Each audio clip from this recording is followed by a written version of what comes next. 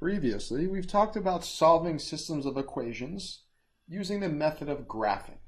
So we graph each of the two equations separately, and then we look at where those two graphs intersect. The graphs will be straight lines.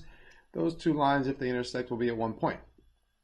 In this video, I want to look at the same type of problem, solving the system of equations, but using a method that's based in algebra with no graphing at all. And so the method we're going to be using in this video is called substitution.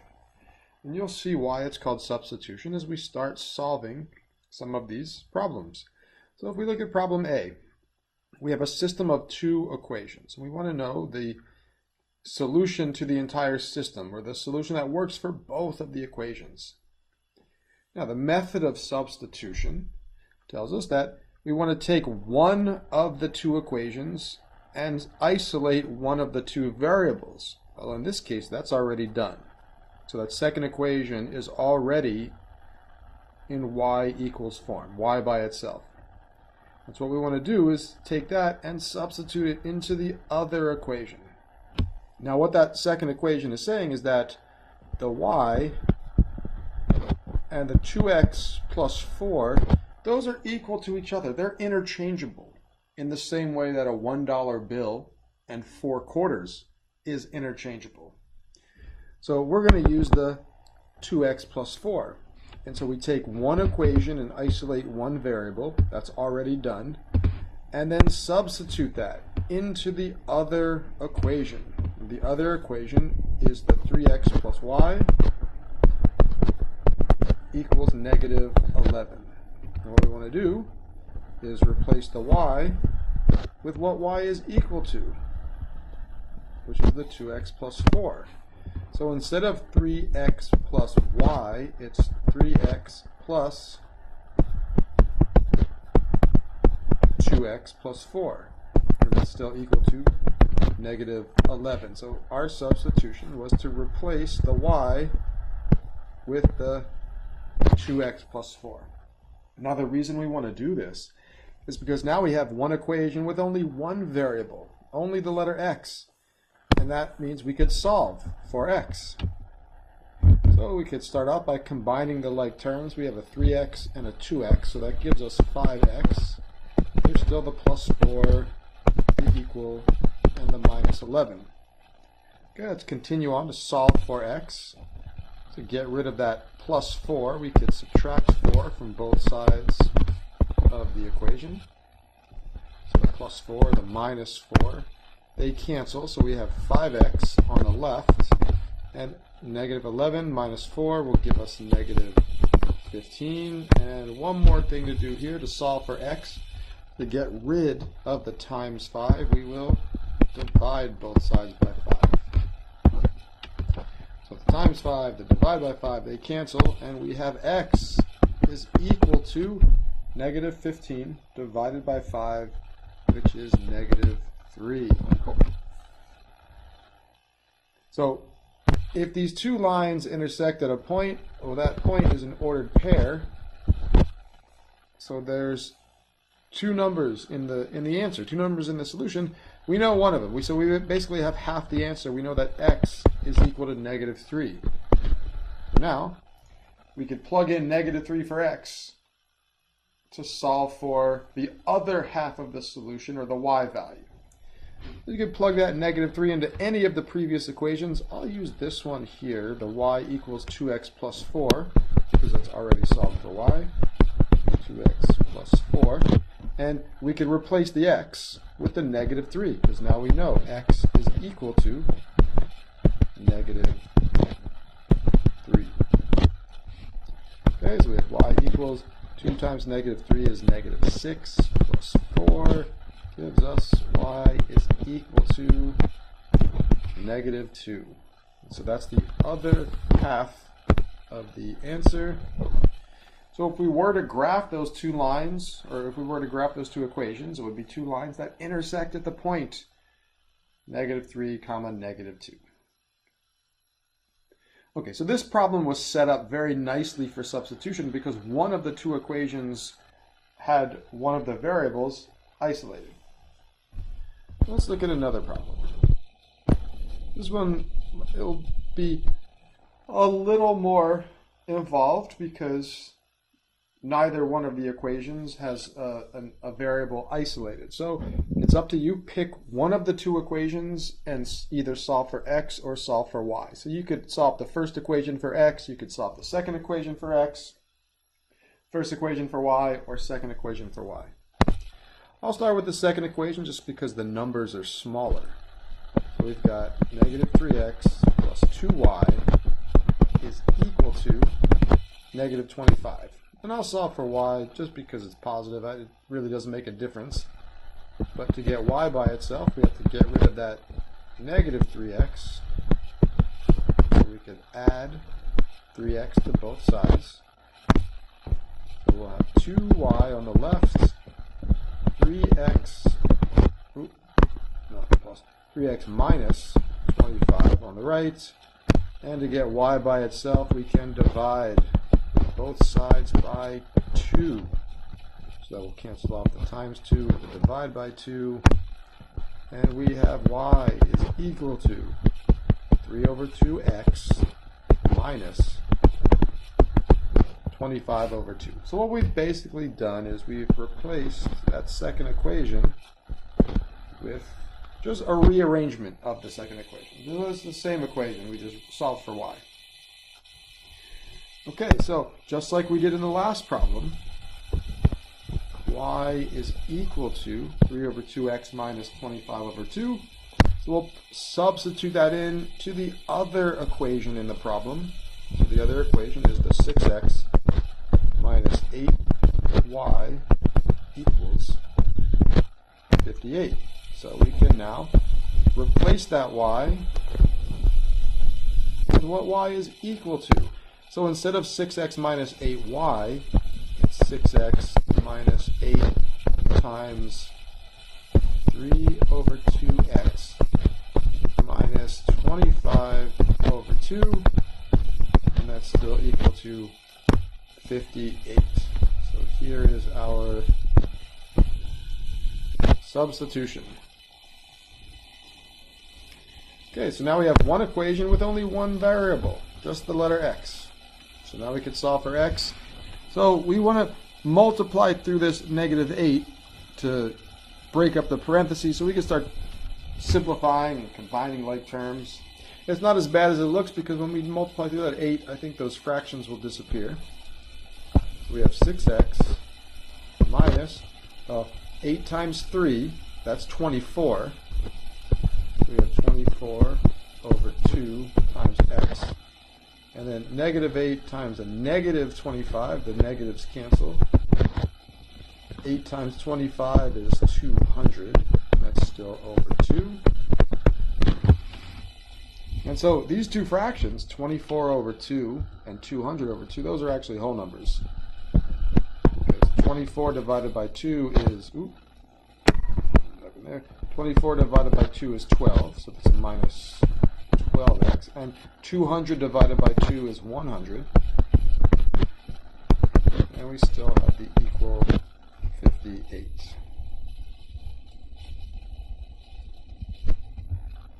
Okay, we could combine these like terms, a positive 6x and a negative 12x. That will give us a negative 6x plus 100 equals 58. So we're getting closer to solving for x. Let's get rid of the plus 100 by subtracting 100 from both sides. Plus and the minus 100 cancel. So we have negative 6x on the left. 58 minus 100, that's negative 42. And to get x by itself, eliminate the times negative 6 by dividing by negative 6. The times and divide by negative 6 will cancel, and we have x is equal to 7. 42 divided by 6 is 7, and the two negative signs cancel. So again, our solution is an ordered pair. We just solve for half of it, half the answer. X is 7. So now we have to figure out what is the y value.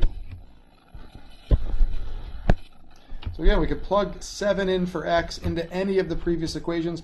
I'll use this one right here because it's already solved for y. So we know that y is equal to 3 over 2 times x minus 25 over 2. And we can replace that x with the number 7 because we know x is now equal to 7.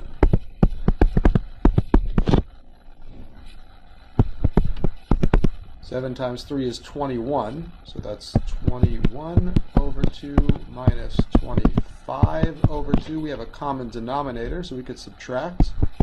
21 minus 25 is negative 4 over 2, and negative 4 divided by 2 is negative 2.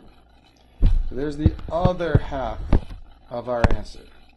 So if we were to graph the original two equations, there would be two straight lines that intersect at the point 7, negative 2. All right, so that does it for problems A and B. Now I want to talk about a couple of special cases. So let's look at problem C. Now again, you don't have to know it's a special case. You just try to solve the problem and it will work itself out. So again, pick one of the two equations and solve for one of the variables, either first equation for x, second equation for x, first equation for y, second equation for y. I'll pick the first equation and solve for x, because that's just one step. You can add 2y to both sides. So we get x is equal to 2y minus 8. So that is what x is equal to. And just like the two previous problems, we'll substitute that into the other equation in the original problem, which is negative 3x plus 6y is equal to negative 11. So in this case, we're going to replace the x with what x is equal to. So instead of negative 3 times x, it's negative 3 times 2y minus 8, still the plus 6y equals negative 11. So here's our substitution. Replace the x with a 2y minus 8. Okay, so let's multiply through the negative 3. Negative 3 times 2y is negative 6y. We have a negative 3 times a negative 8. Two negatives make a positive. 3 times 8 is 24. We still have this plus 6y equal and the negative 11. But oh, look at this. We have a negative 6y and a positive 6y. So when we combine them, we get 0. They cancel out. So the only thing left on the the only thing left on the left side is 24. On the right, we have negative 11. Now, 24 equals negative 11. No, that is absolutely false.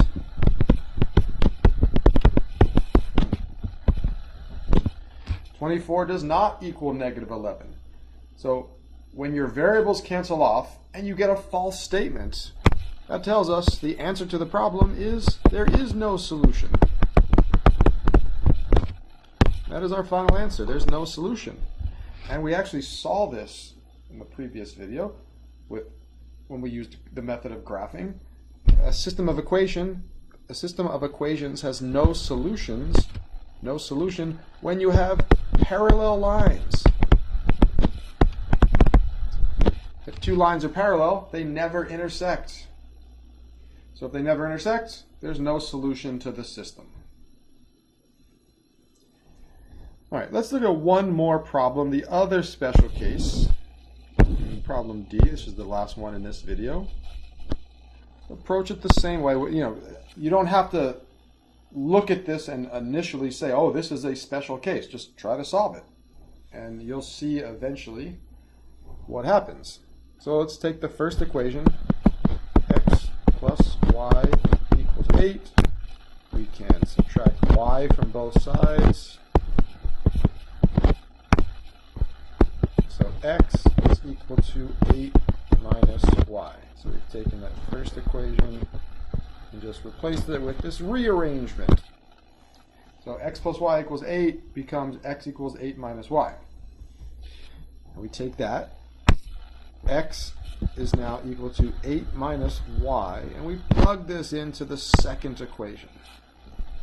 So the second equation is 7x plus 7y equals 56. And we will replace the x with what x is equal to. So instead of 7 times x, it's 7 times 8 minus y. And we have still plus 7y and the equal 56. So there's our substitution. X is replaced with 8 minus y. And now if we multiply through the 7, 7 times 8 is 56. 7 times the minus y is minus 7y. We have a plus 7y. We have an equal 56. So just like in the last problem, the variable cancels off. We have a minus 7y. We have a plus 7y. So we get 56 equals 56. Well, that is a true statement. So if your variables cancel off and you get you end up with this true statement, that tells us that there are infinitely many solutions.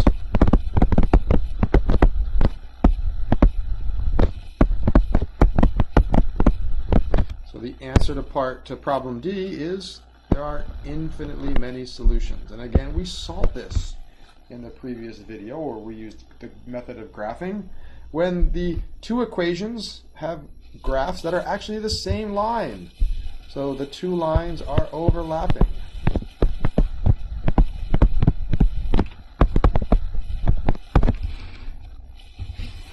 And so these are the three possible scenarios. And let me scroll back up to the original directions.